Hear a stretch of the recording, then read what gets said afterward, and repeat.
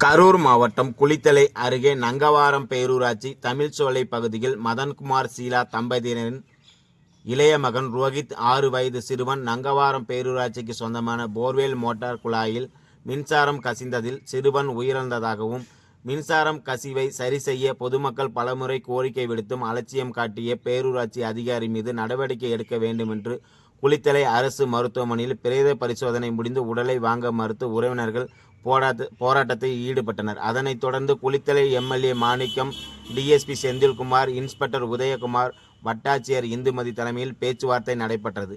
இதில் வட்டாட்சியர் இந்துமதி பணியில் கவனக்குறைவாக இருந்த எலக்ட்ரீஷியனை பணிமாற்றம் செய்து இறந்த சிறுவனின் தாயாருக்கு தற்காலிகமாக அரசு வேலையும் இழப்பீடும் வழங்கப்படும் என்று உறுதி கூறினார்.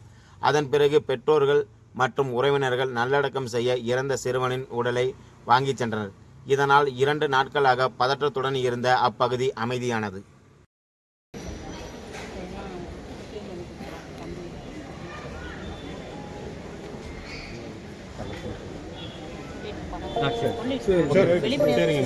சரி